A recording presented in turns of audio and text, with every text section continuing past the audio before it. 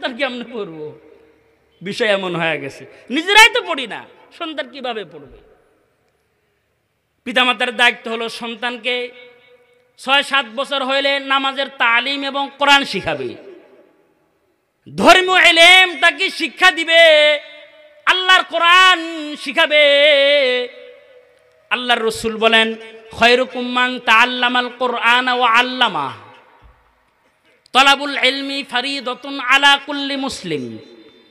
যতটুক নামাজ পড়তে ইলম লাগে, যতটুক যাকাত দিতে ইলম লাগে, হজ্জে বাইতুল্লাহ করতে ইলম লাগে, এই পরিমাণ ইলম শিক্ষা করা সকল নর নারীর উপরে ফরজ। আলেম হওয়া মুফতি সাহেব ফরজে কিফায়া, কিন্তু যতটুকু ইসলামের উপরে চলতে লাগে এতটুকু শেখা ফরজ। ফরজ নামাজ পড়তে যতটুকু ইলম লাগে শিক্ষা করা ফরজ। কিন্তু আমরা সন্তানদেরকে তালিম দিন একটু বড় হলে কেজি স্কুলে পাঠায়া দেয়, ইংলিশ মিডিয়ামে পাঠায়া দেয়। সন্তানের কোরআন শেখানোর কোনো মেহনত নাই। কোরআন শিক্ষা দিলে দুনিয়াতেও লাভ আছে, আখিরাতেও লাভ আছে। দুনিয়ার লাভ হলো এই সন্তান আল্লাহর পেয়ারা হবে, এই সন্তান আল্লাহর পছন্দের বান্দা হবে, এই সন্তান আপনার মৃত্যুর পরে আপনার জানাজার ইমামতি করবে, আপনার লাশটা ধরে মহাব্বতের সাথে কবরে সুন্নাত তরিকায় নামায় দিবে, আপনার জন্য সারা জীবন দোয়া করবে, রব্বির হামহুমা কামা রব্বায়ানি সগীরা। সারা জীবন আপনার জন্য দোয়া করবে। আর দুনিয়ার একটা নগদ লাভ হলো, আল্লাহর রাসূল বলেন, যখন কোনো সাখরাতওয়ালা ব্যক্তির মৃত্যুর সময় নিকটবর্তী হয়, সাখরাত শুরু হয়ে যায়। এই সাখরাত শুরু হলে রাসূল বলেন তার পাশে বসে সূরা ইয়াসিন তেলাওয়াত করো, কারণ সূরা ইয়াসিন তেলাওয়াত করলে আল্লাহ পাক তার মরণের সাখরাতকে হালকা করে দেয়। সুবহানাল্লাহ। ওয়া নু'মিনু বিহি ওয়া নাতাওয়াক্কালু আলাইহি ওয়া নাউযু বিল্লাহি মিন শুরুরি আনফুসিনা ওয়া মিন সাইয়্যাতি আ'মালিনা। মান ইয়াহদিহিল্লাহু ফালা মুদিল্লা লাহু ওয়া মান ইউদ্লিলহু ফালা হাদিয়া লাহু। ونشهد أن لا إله إلا الله وحده لا شريك له ونشهد أن سيدنا وسندنا وحبيبنا وطبيبنا ومحبوبنا ومرشدنا ومولانا محمدا عبده ورسوله أرسله بالحق بشيرا ونذيرا وداعيا إلى الله بإذنه وسراجا منيرا. أما بعد فأعوذ بالله من الشيطان الرجيم. بسم الله الرحمن الرحيم. وقضى ربك ألا تعبدوا إلا إياه وبالوالدين إحسانا. وقال النبي صلى الله عليه وسلم من رضي عنه والده فأنا عنه راض، أو كما قال عليه الصلاة والسلام. وقال تعالى إن الله وملائكته يصلون على النبي يا أيها الذين آمنوا صلوا عليه وسلموا تسليما. সকলে মহব্বত দরুদ শরীফ পড়ি। আল্লাহুম্মা সাল্লি আলা মুহাম্মাদিন ওয়া আলা আলি মুহাম্মাদ কামা সাল্লাইতা আলা ইব্রাহিম وعلى آل إبراهيم إنك حميد مجيد اللهم بارك على محمد وعلى آل محمد كما باركت على إبراهيم وعلى آل إبراهيم إنك حميد مجيد بلغ العلا بكماله كشف الدجى بجماله حسنت جميع خصاله صلوا عليه وآله नहीं दो जहां में नहीं दो जहां में मिसाले मोहम्मद जमाले खुदा है कमाले मोहम्मद बलगल उला शकले पढ़ी मोहब्बते पढ़ी बलगल उला बिकमालिही कशफत दुजा बिजमालिही हसनत जमीअ खिसालिही सल्लु अलैहि व आलिही अल्हम्दुलिल्लाह। মতিগঞ্জ আল ফালা ইসলামী সংস্থার আয়োজনে আয়োজিত মহতি ওয়াজ মাহফিলের মহতারাম সভাপতি প্রধান অতিথি এবং আমার পূর্বে হজরত বুজুর্গ ওলামায়ে কেরাম মূল্যবান নসিহত করতেছিলেন, আমার পরও একজন আন্তর্জাতিক খ্যাতিসম্পন্ন মুফাসসির কোরআন হজরতুল আল্লাহ মাওলানা মুফতি কিফায়াতুল্লাহ আল মাহাদি দামাত বরকাতুহুম আছেন, বয়ান করবেন। আল্লাহ জাল্লা শানুর আলিশান দরবারে শুকর গুজার হয়ে যে মহামালিক আমাকে আপনাকে সকল কাজ থেকে ফাড়েক করে জান্নাতের টুকরা বাগানে ওলামায়ে কেরামের মজলিসে হাজির হওয়ার তৌফিক দান করেছেন, সেই মালিকের দোয়া জবান দিয়ে কালেমাতুশ শুকর পড়ি, বলি আলহামদুলিল্লাহ। মাহফিল আসতে পেরে খুশি কারাগার হাত তুলি তো একটু দেখি, আল্লাহকে হাতটা দেখাই দিই। লিল্লাহে তাকবীর, লিল্লাহে তাকবীর। সবাই খুশি হয়েছেন তো? আখিরি মোনাজাত না করে কেউ যাবেন না তো কেউ? সবাই আমরা আব্বা আম্মার নামে দোয়া করে যাব ইনশাল্লাহ। আমরা যারা আসছি এই মজলিসটা আল্লাহর কাছে অনেক দামি মজলিস। এখানে শুধু আমি আপনি নাই, এখানে আল্লাহর কিছু স্পেশাল ভিআইপি ফেরেশতা আছে। সুবহানাল্লাহ বলেন। আল্লাহ পাক রকমারি ফেরেশতা বানাইছেন। আল্লাহর রসুল মেয়ারাজে গিয়ে দেখেন কিছু কিছু ফেরেশতা নামাজে দাঁড়ায় রয়েছে, কোনো ফেরেশতা কওমাতে রয়েছেন, কোনো ফেরেশতা রুকুর হালতে রয়েছেন। রুকুর হালতে তারা তসবিহ পড়ে সুবহানা রাব্বিয়াল আযীম।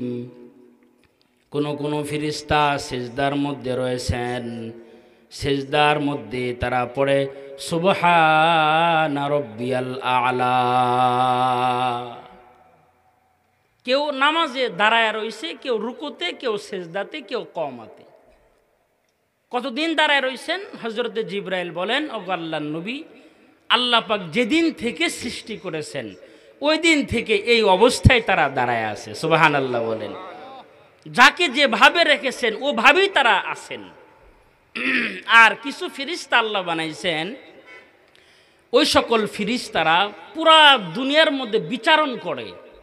দায়িত্ব হলো যেখানেই আল্লাহ পাকের নাম উচ্চারণ হয়, আল্লাহর জিকির করা হয়, ওই জায়গাগুলোকে ফেরেশতারা বেষ্টনী দিয়ে দেয়। সুবহানাল্লাহ বলেন। তার মানে এখানেও আমাদের ওই ফেরেশতা আছে। ওই ফেরেশতারা বেষ্টনী দেয়। আল্লাহ তাআলা ডাক দিয়ে বলে, এই ফেরেশতারা তোমরা কাদেরকে বেষ্টনী দিয়েছ? ফেরেশতারা বলে, মাওলা এই বেষ্টনীর মধ্যে আপনার এমন কিছু বান্দা রয়েছে যারা আপনার গুণগান গায়, যারা আপনার পবিত্রতার তসবিহগুলো তারা আদায় করে। আল্লাহ তাআলা ফেরেশতাকে ডাক দিয়ে বলে, এই ফেরেশতারা আমার বান্দারা যে আমার গুণগান গায়, সুবহানাল্লাহ বলে, আলহামদুলিল্লাহ বলি, আমার ওই বান্দাগুলো কি আমি আল্লাহকে তারা দেখছে নাকি? ফেরেশতারা বলে, না মাওলানা, আপনার ওই সকল দুর্বল বান্দাগুলো চর্ম চোখ দিয়ে আপনাকে তারা দেখে নাই। আল্লাহ তাআলা ফেরেশতাদেরকে ডাক দিয়ে বলে, ফেরেশতারা, আমার বান্দারা কি চায়, তারা এই মজলিসে বসে কি চায়? ফেরেশতারা বলে, মাওলা, তারা আপনার জান্নাত চায়। আল্লাহ তাআলা ফেরেশতাদেরকে ডাক দিয়ে বলেন, এই ফেরেশতারা, তারা কি আমার বানানো জান্নাত তারা দেখছে নাকি? ফেরেশতারা বলে, না মাওলা, তারা আপনার বানানো জান্নাত দেখে নাই। আল্লাহ তাআলা আবার ফেরেশতাদেরকে ডাক দিয়ে বলে, এই ফেরেশতারা, আমার বান্দাগুলো আমার কাছে কিসের থেকে পানাহ চায়, মুক্তি চায়? ফেরেশতারা বলে, তারা আপনার ভয়ঙ্কর জাহান্নামের আগুন থেকে তারা মুক্তি চায়। এই যে মাহফিলে আসছেন, শেষে দোয়া হবে, জাহান্নামের আগুন থেকে আমরা মুক্তি চাব, আল্লাহর কাছে ভয়ঙ্কর জাহান্নামের আগুন থেকে আমরা মুক্তি চাব। ফেরেশতারা বলে, মাওলা, আপনার বান্দাগুলো আপনার ভয়ঙ্কর জাহান্নামের আগুন থেকে তারা মুক্তি চায়। আল্লাহ তাআলা ফেরেশতাদেরকে ডাক দিয়ে বলে, এই ফেরেশতারা, আমার বান্দাগুলোকে আমার বানানো ভয়ঙ্কর জাহান্নাম দেখছে? ফেরেশতারা বলে, না মাওলা, তারা আপনার জাহান্নাম দেখে নাই। আল্লাহ বলে, তারা আমি আল্লাহকে দেখে নাই, আমি আল্লাহর গুণগান গাই, আমার বানানো জান্নাত দেখে নাই, আমার জান্নাত চাই। আমার ভয়ঙ্কর জাহান্নাম দেখে নাই, জাহান্নাম থেকে তারা পানাহ চাই। এই ফেরেশতারা, তোমরা সাক্ষী থাকো, আমি এই সকল বান্দাগুলার জিন্দেগির গুনাহ মাফ করে আমি জান্নাত দিয়ে দিলাম, আমি আমার বান্দাগুলোকে মাফ করে জান্নাত দিলাম। তাহলে এই মজলিসে আসলে কি লস আছে? যারা আমরা বসছি আমাদের কপাল ভালো, যারা এখনো বাইরে আসি হয়তো আল্লাহ পাক কবুল করতেছেন না। কারণ যারা দিনে মজলিসে আসবে অবশ্যই এদেরকে আল্লাহ পছন্দ করেন, কবুল করেছেন, বিদায় আসতে পেরেছে। নাকি বলেন? নাকি এই মতিগঞ্জ এলাকায় এ কয়েকজনই মানুষ? অনেক মানুষ আছে, অনেক মানুষ এখনো রাস্তায় আছে, কিন্তু আল্লাহ আমাদেরকে ওই সকল মানুষ থেকে বাছাই করে আল্লাহর ভালোবাসার চাদরের ভিতরে আমাদেরকে বসায় দিয়েছেন। সুবহানাল্লাহ বলেন। আপনার চাদর শীতকালে সবাই কি জায়গা দেন চাদরের ভিতরে? না, আপনার নাতনি, নাতি, বাচ্চা, কাছের মানুষগুলোকে আপনি শীতের ভিতরে জড়ায় রাখেন।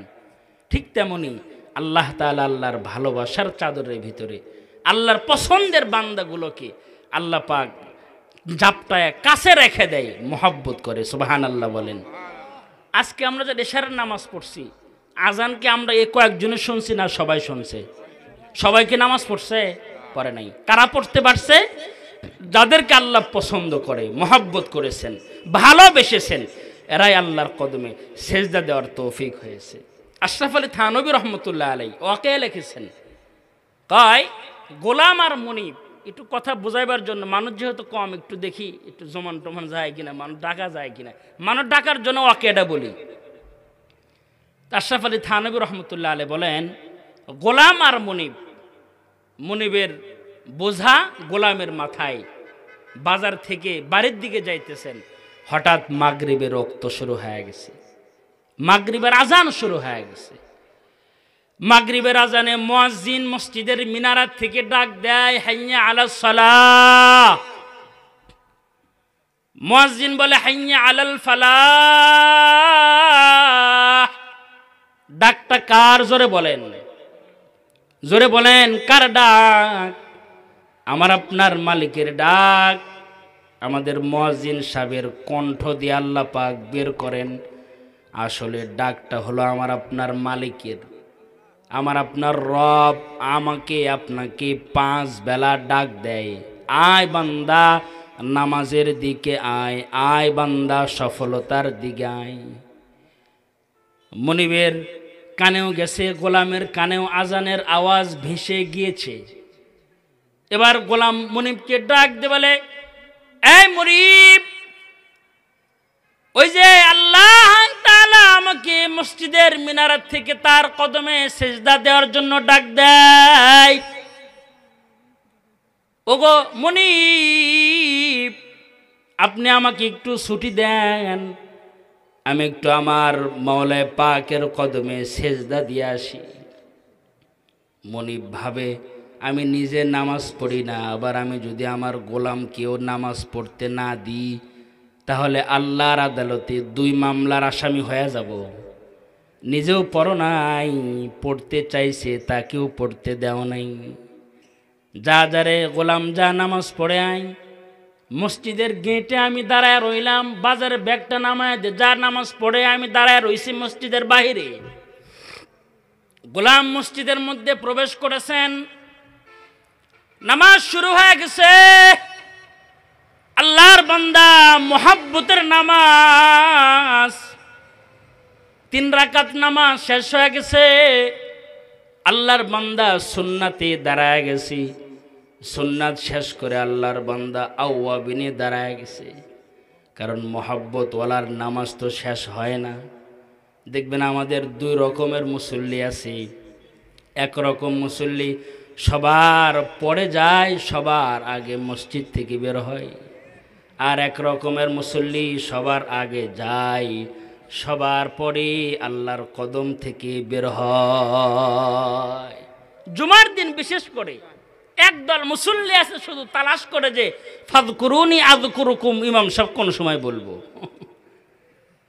এই সময় ঢুকবে, সালাম একটা ডানে আর একটা বাড়িতে, ঠিক না? এই এলাকার মানুষ ভালো, ঢাকার কথা কইতেছি আমি। মতিগঞ্জের মানুষ অনেক ভালো মানুষ, ঢাকার কথা বললাম, মন খারাপ করেন না আবার। আর এই মনি গোলাম মসজিদ থেকে বের হয় না, নামাজ তার শেষ হয় না। এবার মনি মসজিদের গেট থেকে গোলামকে ডাকে, এ গোলাম বের হ, বের হ। দেখোস না সবাই মসজিদ থেকে বের হয়ে চলে যায়, গোলাম তুমি কেন বের হও না? গোলাম মনে করে, মনে মনে ভাবে, পিছনে আমার দুনিয়ার মনিবে ডাকে আর সামনে আমার আসল মনিব দাঁড়ায় রইছে। আমাদের আসল মনিবকে জোরে বলেন, হয় নাই মুসলমানের আওয়াজে বলেন, কি জোরে বলেন? আল্লাহ। আমার আপনার মনিব হলেন আল্লাহ। মনিব গোলাম ভাবি পিছনে দুনিয়ার নকল মনিব আমাকে ডাকে আর আমি আসল মনিবের সামনে দাঁড়ায় রইছি, আসল মনিবের সাথে আমি কথা বলতেছি। আল্লাহর রাসূল বলে, ক্বালা রাসূলুল্লাহ সাল্লাল্লাহু আলাইহি ওয়াসাল্লাম, আস-সালাতু মি'রাজুল মুমিনিন। নামাজ হলো বান্দার আল্লাহর সাথে দিদারের মেয়ারাজ। সুবহানাল্লাহ বলেন। তার মানে যারা নামাজ পড়েন তারা আল্লাহর সাথে সাক্ষাৎ করেন, যারা কোরআন তেলাওয়াত করে তারা আল্লাহর সাথে কথা বলে। সুবহানাল্লাহ বলেন। তুমসা কোই হামদম, তুমসা কোই হামদম কোই দম সাজ नहीं है, बाती तू है हरदम मगर आवाज नहीं है, बाती तू है हरदम मगर आवाज नहीं है। কথা হয় কিন্তু আওয়াজবিহীন আল্লাহর সাথে বান্দার কথা হয়ে যায়। তার মানে আল্লাহ রসুলের একটি চিন্তাধারা হলো, আল্লাহ পাক তো আমাকে মেয়ারাজে নিয়ে গেছেন, সাক্ষাৎ করাইছেন, আমার দুর্বল উম্মত যদি নামাজে দাঁড়ায়, আমার দুর্বল উম্মত আমার মালিকের সাথে সাক্ষাৎ করে ফেলবে। সুবহানাল্লাহ বলেন। গোলাম মনে মনে ভাবে, পিছনে দুনিয়ার মনিব, সামনে আসল মনিব, কার কথা শুনবো আমি? আল্লাহর বান্দা খুশুর সাথে খুশু খুজুনিয়া নামাজ পড়েছে। নামাজ শেষ করে আল্লাহর বান্দা বের হইছে। এবার দুনিয়ার মনিব ডাক দে বলে, গোলাম কখন থেকে আমি দাঁড়ায় রইছি, সবাই মসজিদ থেকে বের হয়ে গেল, তুমি কেন বের হও না? এবার গোলাম বলে, মনিব আমার, আমি তো বের হতে চাই, কিন্তু আমার আসল মনিব বের হতে দেয় না। সুবহানাল্লাহ বলে। আমি বারবার বের হতে চাই, আমার আসল মনিব আমাকে ছুটি দেয় না, আমাকে তার কদম থেকে রক্ষত দেয় না। এবার মনিব বলে, কিরে গোলাম, আমি তোমার গোলাম, আমি তোমার মনিব, তোমার উপরে আমার কর্তৃত্ব চলে, দুনিয়ার আর কারো কর্তৃত্ব চলে না। কে তোমাকে মসজিদ থেকে বের হতে দেয় না? এবার গোলাম বলে, যেই মনিবে আপনার মতো মনিবকে তার ঘরের মধ্যে ঢুকতে দেয় না, যে মনিব আপনার মতো মনিবকে তার ঘরে ঢোকার সুযোগ দেয় না, ওই মনিব আমার মতো গোলামকে তার কদম থেকে ছুটি দেয় না। সুবহানাল্লাহ বলেন। আমার আল্লাহ তার কদম থেকে আমার ছুটি দেয় না। আমি নামাজ পড়ি আর নামাজে মহাব্বত আমাকে আরও বেড়ে যায়। আল্লাহর কদমে যত পড়ি তো আমি আল্লাহর কাছে চলে যাই। ওয়াসজুদ ওয়া কতারিব, আল্লাহ তাআলা বলেন যে আমার কাছে আসতে চায় সে যেন সেজদা দেয়, কারণ সেজদা হলো আমার কাছে যাওয়ার মাধ্যম। সেজদা হলো বান্দা আল্লাহর কাছে যাওয়ার মাধ্যম, সেজদা। তাহলে যে নামাজ পড়ে সে আল্লাহর কাছে যায়। বুঝাইতে চাইলাম আল্লাহ পাক সবাইকে আল্লাহর জন্য কবুল করেন না। যারা এই মাহফিলে আসছেন, যুবক ভাইরা মাহফিলকে আয়োজন করেছে, কপাল ভালো, এখানে তো যুবকরা গানও বসাইতে পারতো না, কিন্তু আল্লাহ পাক হিদায়াত দান করেছেন, কোরআনের মেলা বসাইছে। যারা কদর দানই করবো তো কপাল খুলবে, হিদায়াতের মালিক আল্লাহ পাক বানাইবে। আর যদি কদর না করি আল্লাহ পাক নারাজ হয়ে যাবে। আল্লাহ তাআলা যারা আমরা বাহিরে আছি, আসবার বসবার তৌফিক দান করেন, সকলে বলে আমিন। মুহতারাম হাজিরিন, আমাকে একটা বিষয় দেওয়া হয়েছে।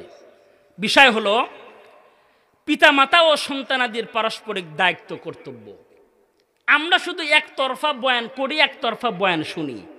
শুধু পিতা মাতার খেদমত করো, দায়িত্ব আদায় করো, কিন্তু পিতা মাতার যে কিছু হক আছে এটার কিন্তু কোনো ওয়াজও কম হয়, আমলও খুব কম হয়। ঠিক কেন যারা আওয়াজ বলেন? আমাদের কাছে মাঝে মধ্যে ওয়াজ আসে, মানে অভিযোগ আসে, হুজুর একটু দোয়া করেন। কি দোয়া?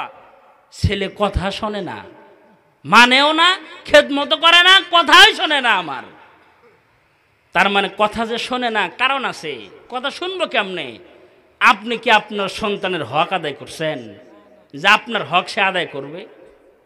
সেম এমন একটি অভিযোগ খলিফাতুল মুসলিমিন ওমরে ফারুক রাদিয়াল্লাহু তাআলা আনহুর কাছে আসছে।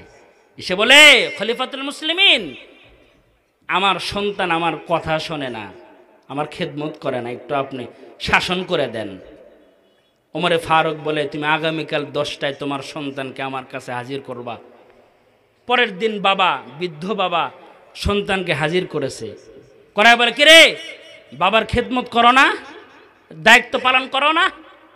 সন্তান বলে, খলিফাতুল মুসলিমিন শোনেন, শুধু কি সন্তানের দায়িত্ব না, পিতা মাতারও কিছু দায়িত্ব সন্তানের উপরে আছে। ওমরে ফারুক বলে, হ্যাঁ অবশ্যই আছে। কি কি?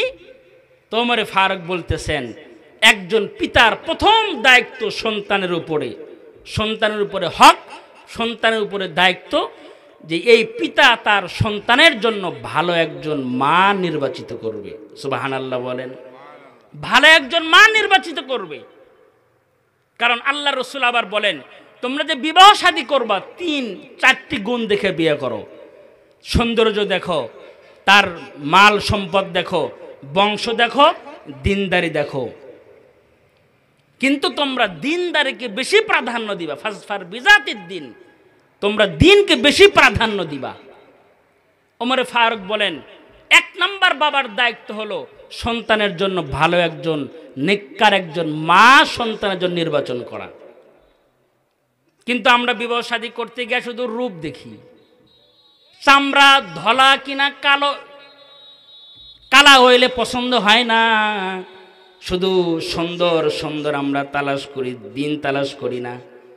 বিবাহর আগে আমরা চেহারা দেখি, সুন্দর দেখি, আর বিবাহের পরে আমরা আখলাক খুঁজি। হুজুর বিয়া করছি সুন্দর দেখা, কিন্তু আখলাক তো খারাপ, পরকিয়া করে, অন্য পুরুষের সাথে লাইন আছি। দিনদার দেখলে এরকম কিন্তু রিপোর্ট পাওয়া যাইতো না। দিনদারি না দেখার কারণে এই সমস্যা। ওমরে ফারুক বলেন 1 নম্বর বাবার দায়িত্ব হলো সন্তানের জন্য একজন ভালো আবেদা সালেহা কানেতা জাহেদা আশিকা মুমিনা, এমন একজন আদর্শ মা সন্তানের জন্য নির্বাচিত করবে। কারণ মা যদি নেককার হয় তো সন্তান নেককার হয়, মা যদি আল্লাহওয়ালা হয় সন্তান আল্লাহওয়ালা হয়। সুবহানাল্লাহ বলেন। যেমন মঈনুদ্দিন চিশতি রহমাতুল্লাহ আলাইহির মা, মঈনুদ্দিন চিশতি রহমাতুল্লাহ আলাইহি একদিন মার কাছে এসে বলে, মা তোমার কপাল ভালো, তোমার কপাল ভালো, মা আজকে তোমার সন্তান কুতুবউদ্দিনের চেহারা দেখে লক্ষাধিক কাফের কালেমা পড়ে মুসলমান হয়েছে। সুবহানাল্লাহ বলেন। তোমার কপাল কত ভালো যে তোমার সন্তানের চেহারা দেখে লক্ষ লক্ষ কাফের কালেমা পড়ে মুসলমান হয়েছে। এবার মা বলে সন্তান, এই মঈনুদ্দিন, এটা তোর কোনো কারামতি না, এটা তোর মার যোগ্যতা, তোর মার মেহনত। কিভাবে মা? মা বলে, এই মঈনুদ্দিন, তুই যখন আমার গর্ভে ছিলি আমি তোকে কোনোটা সময় ওযুবিহীন তোকে আমি বহন করি নাই। যখন আমার ওযু চলে যায় তো ওযু করে তোরে আমি বহন করতাম পেটে। তুই যখন জন্মগ্রহণ করলি 40 দিন পর থেকে আমি তোকে ওযুর সাথে বিসমিল্লাহ বলে তোরে মুখে আমি খাবার দিতাম। রাতের গভীরে শীতের রাত্রে বেলায় তুই যখন চিৎকার করতি, দুধ খাওয়ার জন্য কান্নাকাটি করতি, আমি তখন ল্যাপটা সরাইয়া ঠান্ডা পানি দেয়া ওযু করে আমি তোর মুখে আমার স্তন দিতাম। ওযুবিহীন আমি তোর মুখে আমি তোকে খাবার দিতাম না। বল না রে, এমন মায়ের সন্তানের চেহারা দেখে কাফেররা কালেমা পড়বে না? কার চেহারা দেখে কালেমা পড়বি? যার মার এত বরত্ব, যে মা তোকে ওযু করে বহন করে, যে মা তোকে ওযুর সাথে খাবার খাওয়ায়, ওই মার সন্তানের চেহারা দেখে কালেমা পড়বে না? কার চেহারা দেখে কালেমা পড়বে? সুবহানাল্লাহ বলেন। আমাদের যুগের মাদের কি অবস্থা? পেটে বাচ্চা আসছে তো সিনেমা, নাটক, গান, বাদ্য দেখে আমাদের সময় পাস করে আমরা, ঠিক কিনা জোরে আওয়াজে বলেন। মতিগঞ্জের মায়েরা না, ঢাকার মায়েরা কইতেছি, কবেনে হুজুর আমাদের বাড়ি গেছে, সে আমাদের বিরুদ্ধে ওয়াজ করে গেল। এই এলাকার মা বোনটা ভালো, ঢাকার কথা কইতেছি, সারাদিন বসে থেকে শুধু টেলিভিশন দেখে, গান বাদ্য শোনে, সিরিয়াল দেখে, নাটক দেখে, আর সন্তান জন্মগ্রহণের পরে মোবাইল ছাড়া সন্তানের কান্না থামে না। কারণ মা পেটে বাচ্চা বহন করছে, গুনাহ করতে করতে সন্তানের জন্মের পরে কান্না করে, হুজুর যে ফু দেয় কান্না থামে না, যখন মোবাইল ধরে কান্না থেমে যায়, ঠিক কিনা জোরে আওয়াজে বলেন। দেখেন বাচ্চা খাবার খাইতেছে না, যখন একটা কার্টুন বাই করে দিছে, সন্তান খাবার খাওয়া শুরু করছে। কারণ ওই যে মা যে পেটে রেখে এগুলা কাজ করছে, এ কারণে মার প্রভাব সন্তানের উপরে পড়েছে। আমাদের মায়েদের ইবাদত নষ্ট হয়ে গেছে, ইবাদত নাই আমাদের রাতগুলো হয় গুনার রাত হয়ে যায় আমাদের। কিন্তু আগের যুগের মায়েদের রাত ছিল ইবাদতের রাত হইলে তারা দাঁড়ায়া নামাজ পড়তেন। রাবেতুল বসরি রহমাতুল্লাহ আলাইহি রাতের দিকে তাকান, রাত হয়ে গেলে আল্লাহর বান্দি পরিষ্কার পরিচ্ছন্ন হইয়া নামাজে দাঁড়ায় যাইতেন, লং টাইম নামাজ পড়তেন, আর নামাজ শেষ করে আল্লাহর কাছে রোনা জারি করতেন, আল্লাহ আপনি আমার জিন্দেগির সব গুনাহগুলো মাফ করে দেন আল্লাহ। বাহানা করে কান্না করতেন আর বলতেন, আল্লাহ আমি এমন একটা মুহূর্তে আপনার সামনে হাত উত্তোলন করেছি, ওগো মালিক এমন একটা সময় আমি আপনার কাছে চাই, যে সময় দুনিয়ার সব রাজা বাদশাদের দরজা বন্ধ হয়ে গেছে, কোনো দানবের দরজা খোলা নাই, কিন্তু আমি এমন সময় আপনার দরবারে হাত তুলেছি, আল্লাহ আপনার দরজা কখনো বন্ধ হয় না, আল্লাহ আপনি আমারে মাফ করেন। মাঝে মধ্যে রাবিয়াতুল বসরি জাহান্নামের মোরাকাবা করতেন, মোমবাতি জ্বলায়া মোমবাতির মধ্যে আঙ্গুল প্রবেশ করাইতেন, আর মাঝে মধ্যে আঙ্গুল বের করে বলতে, রাবিয়ারি দুনিয়ার আগুন সহ্য হয় না, জাহান্নামের আগুন তুমি কিভাবে সহ্য করবা? দুনিয়ার মোমবাতির আগুন তুমি সহ্য করতে পারো না, জাহান্নামের আগুন কিভাবে সহ্য করবা? এই ছিল আগের যুগের মায়েদের রাতের দৃশ্য। হযরতে ফাতেমা রাদিয়াল্লাহু তাআলা আনহার জীবনের দিকে তাকান। রাত হইলে তারা নামাজে দাঁড়ায় যাইতেন। এ কারণে সন্তানগুলো জান্নাতি যুবকদের সর্দার হইছে। রাত হইলে তারা নামাজে দাঁড়ায় যাইতেন। হযরতে ফাতেমা রাদিয়াল্লাহু তাআলা আনহা, উনি রাত, শীতের রাত লম্বা হয়, 2 রাকাত নামাজে 1 খতম কোরআন পড়তেন। সুবহানাল্লাহ বলেন, আরো জোরে বলেন সুবহানাল্লাহ। 2 রাকাত নামাজে 1 খতম কোরআন পড়তেন। প্রথম রাকাতে 15 পারা পড়তেন, দ্বিতীয় রাকাতে 15 পারা পড়তেন। নামাজ শেষ করে আল্লাহর কাছে দোয়া করে, আল্লাহ শীতের রাত তোমার একটু আরো বড় হইলে ভালো হইতো। শীতের রাত কিন্তু এমনি বড় হয়।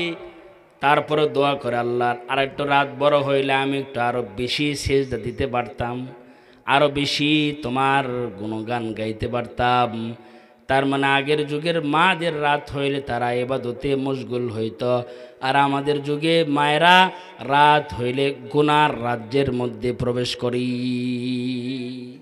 সারা রাত টেলিভিশন চলে। এমন কিছু ঘর আছে যে ঘরে মানুষ সব ঘুমায় যায়, কিন্তু টেলিভিশন ঘুমায় না।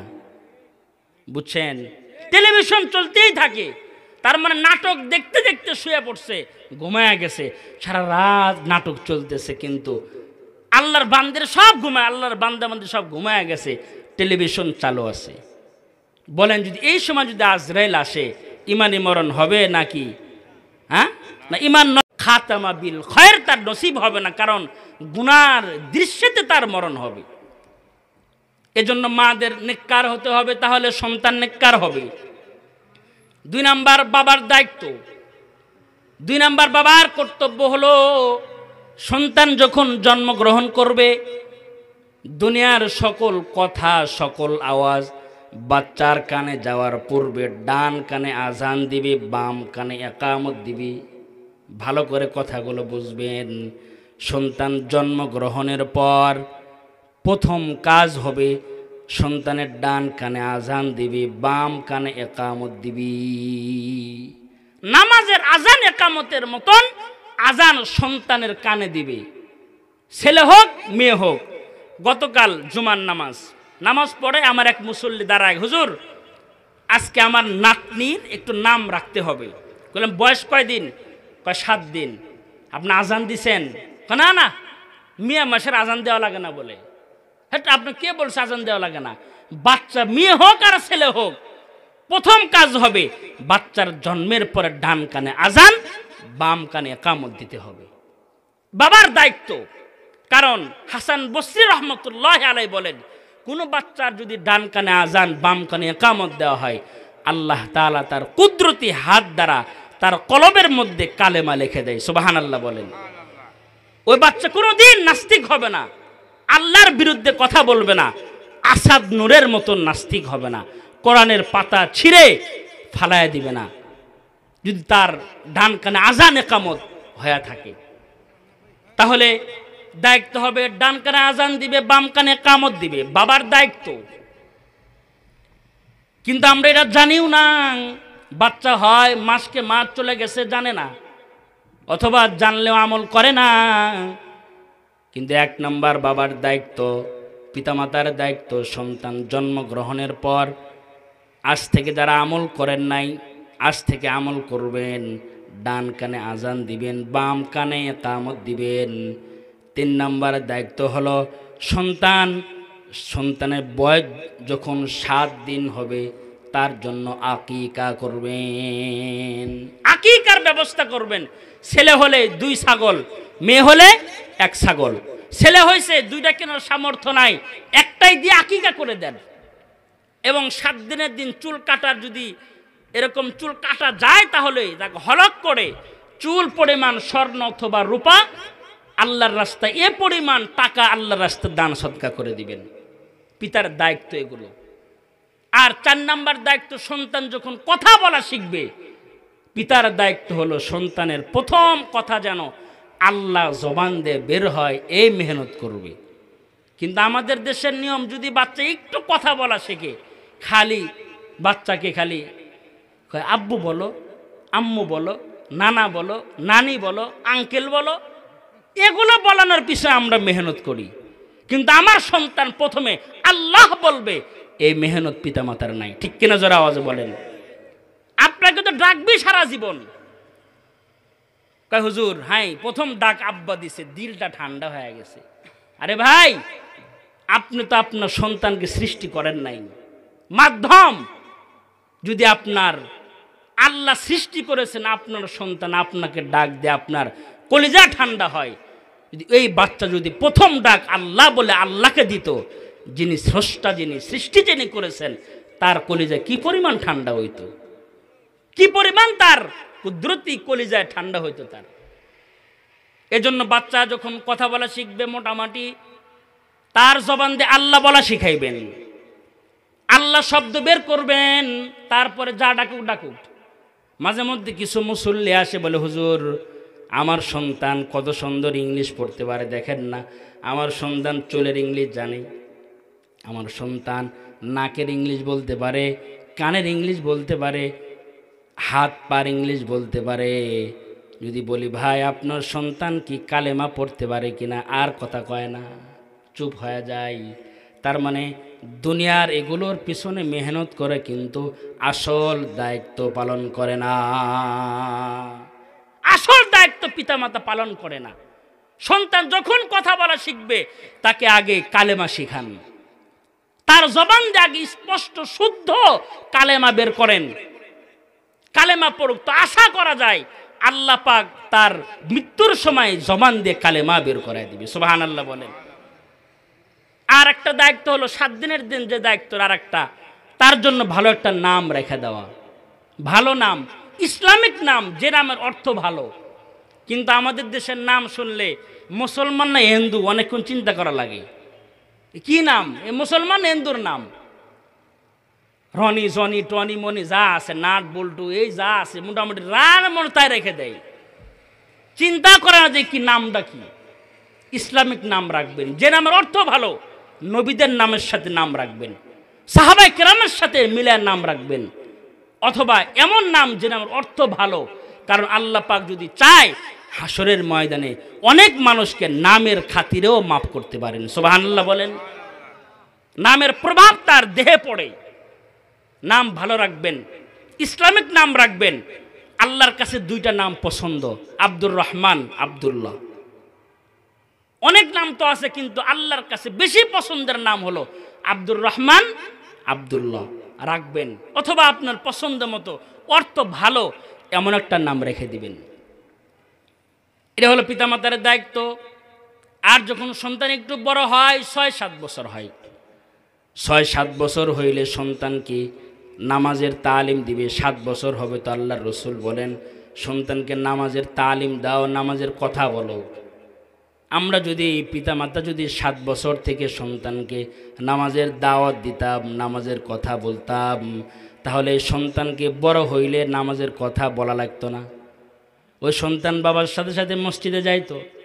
এ কারণ নিয়ম হলো সন্তান ছোট মসজিদে নিয়ে যাবেন। কিন্তু একটা এখানে ঝামেলা আছে, কিছু কিছু মুসল্লি আছে, যদি ছোট বাচ্চা মসজিদে দেখে মাথা খারাপ হয়ে যায়। এই তুমি জীবনে মসজিদে আসো না, বাচ্চাকে মসজিদে নিয়ে আসো না, বলবেন না? এই বাচ্চা মসজিদে যাওয়া শিখলে তাকে আর মসজিদ দিকে ডাকতে হবে না, ও মসজিদমুখী হবে। সুবহানাল্লাহ বলেন। ছোট থেকেই তাকে অভ্যস্ত করবেন, মসজিদে নিয়ে যাবেন। আবার এমন ছোট নিয়েন না যে পেশাব পায়খানা করে ফেলায়, আবার মোটামুটি বোঝে যে পেশাব পায়খানা বারে করতে হয়, এমন টাইম হলে সন্তানকে মসজিদে নিয়ে যাবেন, দেখবেন সন্তান মসজিদমুখী হবে। আর আল্লাহ রসুল বলে 10 বছর বয়স হয়েছে, নামাজ পড়া না, একটু প্রহার করো, হালকা একটু মারধর করো, ধমক দাও। 7 বছরের নামাজের কথা বলো, 10 বছর হয়েছে নামাজ পড়া না, একটু শাসন করো, তোমার সন্তান নামাজি হবে। শুধু নামাজ পড়বে না, তাহাজ্জুদ গুজার হয়ে যাবে। সুবহানাল্লাহ বলেন, তাহাজ্জুদ গুজার হয়ে যাবে সন্তান। কিন্তু হুজুর আমরা নিজেরাই পড়ি না, সন্তান কেমনে পড়বো? বিষয় এমন হয়ে গেছে, নিজেরাই তো পড়ি না, সন্তান কিভাবে পড়বে? পিতামাতার দায়িত্ব হলো সন্তানকে ৬-৭ বছর হইলে নামাজের তালিম এবং কোরআন শিখাবে, ধর্মীয় ইলম তাকে শিক্ষা দিবে, আল্লাহর কোরআন শিখাবে। আল্লাহর রাসূল বলেন, খায়রুকুম মান তাআল্লামাল কোরআন ওয়া আল্লামা, তলাবুল ইলমি ফরিদাতুন আলা কুল্লি মুসলিম। যতটুক নামাজ পড়তে ইলম লাগে, যতটুক যাকাত দিতে ইলম লাগে, হজ্জে বাইতুল্লাহ করতে ইলম লাগে, এই পরিমাণ ইলম শিক্ষা করা সকল নর নারীর উপরে ফরজ। আলেম হওয়া মুফতি সাহেব ফরজে কিফায়া, কিন্তু যতটুক ইসলামের উপরে চলতে লাগে এতটুকু শেখা ফরজ। ফরজ নামাজ পড়তে যতটুক ইলম লাগে শিক্ষা করা ফরজ। কিন্তু আমরা সন্তানদেরকে তালিম দিন একটু বড় হলে কেজি স্কুলে পাঠায় দেয়, ইংলিশ মিডিয়ামে পাঠায় দেয়। সন্তানের কোরআন শেখানোর কোনো মেহনত নাই। কোরআন শিক্ষা দিলে দুনিয়াতেও লাভ আছে, আখিরাতেও লাভ আছে। দুনিয়ার লাভ হলো এই সন্তান আল্লাহর পেয়ারা হবে, এই সন্তান আল্লাহর পছন্দের বান্দা হবে, এই সন্তান আপনার মৃত্যুর পরে আপনার জানাজার ইমামতি করবে, আপনার লাশটা ধরে মহাব্বতের সাথে কবরে সুন্নাত তরিকায় নামায় দিবে, আপনার জন্য সারা জীবন দোয়া করবে, রব্বির হামহুমা কামা রব্বায়ানি সগীরা। সারা জীবন আপনার জন্য দোয়া করবে। আর দুনিয়ার একটা নগদ লাভ হলো, আল্লাহর রাসূল বলেন, যখন কোনো সাখরাতওয়ালা ব্যক্তির মৃত্যুর সময় নিকটবর্তী হয়, সাখরাত শুরু হয়ে যায়। এই সাখরাত শুরু হলে রাসূল বলেন তার পাশে বসে সূরা ইয়াসিন তেলাওয়াত করো, কারণ সূরা ইয়াসিন তেলাওয়াত করলে আল্লাহ পাক তার মরণের সাখরাতকে হালকা করে দেয়। সুবহানাল্লাহ বলেন। যখন সাখরাত হতে থাকে আর সূরা ইয়াসিন তেলাওয়াত করা হয়, আল্লাহ তাআলা ওই সাখরাত দিনওয়ালা ফেরেশতাদেরকে ডাক দিয়ে বলে, এই ফেরেশতারা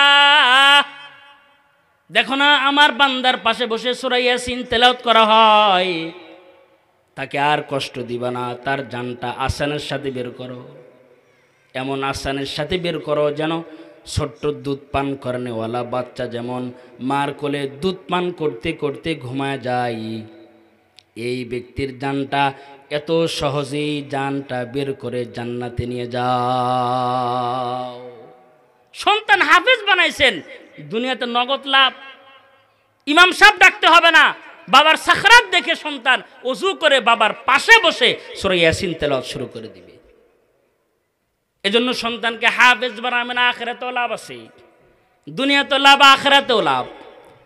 আখিরাতে লাভ হলো কোন ডাক্তারের বাবার মাথায় আল্লাহ তাআলা মুকুট পরাবেন না, আল্লাহ কোনো ইঞ্জিনিয়ারের বাবার মাথায় কোনো দামি মুকুট পরিধান করাবেন না, কিন্তু কোরআনের হাফেজের আব্বা আম্মার মাথায় আল্লাহ পাক দামি মুকুট পরিধান করাবে। সুবহানাল্লাহ বলেন। এমন মুকুট পরিধান করা দিবে যে সূর্যের আলোর চাইতে বেশি আলো হবে। সুবহানাল্লাহ। এমন দুইটা দামি পোশাক পরিধান করা দেওয়া হবে।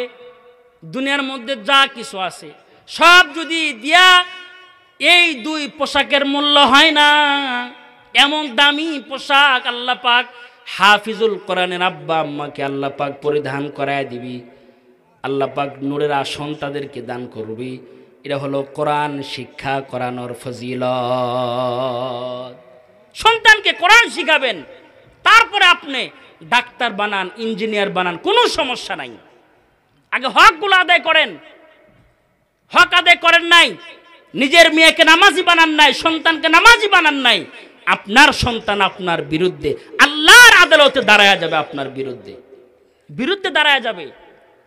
যখন এই সন্তান বেনামাজির আসামি হয়ে যাবে, বলবে আল্লাহ একা আমাকে জাহান্নামে কেন দিতেছেন, আমার ওই জালেম পিতামাতাগুলো কোথায়, যারা আমাকে নামাজ শিখায় নাই, যারা আমাকে নামাজের তালিম দেয় নাই, ওই সকল পিতামাতাকে আমার সামনে ফালাইয়া দেন, তাদেরকে সাথে নিয়ে আমি আপনার জাহান্নামের আগুনে যাব। আমি একা কেন জাহান্নামে যাব? কন্যা বলবে, ও আল্লাহ আমার বাবা মা আমাকে পর্দা শিখায় নাই, নিজে মতিবাজার শ্রীমঙ্গল বাজার থেকে বেপর্দার পোশাক কিনে দিছে, পর্দার পোশাক কিনে দেয় নাই, বাবা হইয়া সন্তানের জন্য বোরকা কিনে নাই, বেপর্দার পোশাক কিনে দিছে। সন্তান বলবে আল্লাহ আমি নামাজ পড়ি নাই, পর্দা করি নাই, কারণ আমার পিতামাতা আমাকে নামাজের কথা বলে নাই, পর্দার কথা বলে নাই। আল্লাহর কাছে আসামি হয়ে যাবে। আর আল্লাহর আদালতে বেপর্দার আসামি হইলে পিতা মাতা সহ জাহান্নামের আগুনে পড়বি। পিতা মাতার দায়িত্ব সন্তানকে সৎ পথে চালানো, নামাজের তালিম দেওয়া, পর্দার তালিম দেওয়া। আমরা পিতা মাতার হক আদায়, আমাদের যে দায়িত্ব সন্তানদের প্রতি আমরা আদায় করতে রাজি নাই। এ কারণে আমাদের সন্তানরা আমাদের হক আদায় করে না। পিতা যদি আদায় করত তাহলে কমপক্ষে আল্লাহর আদালতের তার মামলা খাইতো না। কোনো পিতামাতা যদি আপনি মেহনত করে দাওয়াত দেয় সন্তানকে যদি এগুলোর প্রতি চালানোর মেহনত করে, তো এই সন্তানের উপরে বাবার হক আদায় হয়ে গেছে। এখন সন্তান বেনামাজি, আল্লাহর আদালতে সে মামলা খাবে না। যেমন নূহ আলাইহিস সালাতু সালাম ৯৫০ বছর বিবিকে দাওয়াত দিছেন, সন্তানকে দাওয়াত দিছেন, সন্তান মানে নাই, আল্লাহর কাছে সে ধরা খাবে না, কারণ তার মেহনত তার চেষ্টা সে করে গেছেন। আমরা পিতা হিসাবে আমাদের দায়িত্বগুলো আমরা আদায় করব। আর সন্তানের দায়িত্ব হলো সন্তান পিতামাতার খেদমত করবে, সন্তান পিতামাতার দেখভাল করবে। আমরা পিতামাতা আদায় না করার কারণে সন্তানগুলো আমাদের হক আদায় করে না। আমরা যদি আদায় করতাম সন্তানরাও আদায় করত। সন্তানের দায়িত্ব হলো এই পিতামাতা বৃদ্ধ হয়ে গেলে পিতামাতার খেদমত করবে, সেবা যত্ন করবে, তাকে বৃদ্ধাশ্রমে রাখবে না, কোলের ভিতরে রাখবে। সুবহানাল্লাহ বলেন। আমরা হক আদায় করি না, আমাদের সন্তানরা আমাদেরকে বৃদ্ধাশ্রমে ফালায় দিয়ে আসে, খোঁজ খবর নেয় না, কারণ আমরা হক আদায় করি নাই। কারণ ও ছেলে তো জানেই না যে আমার পিতামাতার চেহারার দিকে তাকাইলে কবুল হজের সব পাবো, আমি জানি তো না। ইবনে আব্বাস রাদিয়াল্লাহু তাআলা আনহু বলেন, আল্লাহর নবী একদিন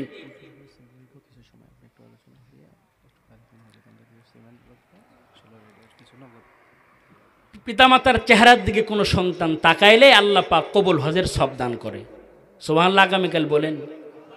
এক সাহাবী দাঁড়ায় বলল, আল্লাহর নবী, কেউ যদি এক দিনের বেলায় যদি ১০০ বার পিতামাতার চেহারার দিকে তাকায়, আল্লাহ কি ১০০ কবুল হজের সব দান করবে? আল্লাহ রসুল বলেন, হ্যাঁ, কোনো সন্তান যদি পিতামাতার চেহারার দিকে ১০০ বারও তাকায়, রব্বে করিম আল্লাহ তাআলা তার আমল নামায় ১০০ কবুল হজের সব দান করবে। সুবহানাল্লাহ বলেন। ওই পিতামাতার সেবা যত্ন করবো তো ইনশাল্লাহ। যাদের আব্বা আম্মা আছে আমরা পিতামাতার সেবা যত্ন করব। আর আমরা যারা বাপ আছি, যারা বিয়ে শাদী করি নাই, বিয়ে শাদী করবো, নবীর সুন্নাত তরিকায় করব এবং আমাদের হকগুলো আমরা আদায় করব। মোহতারাম হাজরিন, আল্লাহর ঘরের কাজ চলতেছে সামনেই।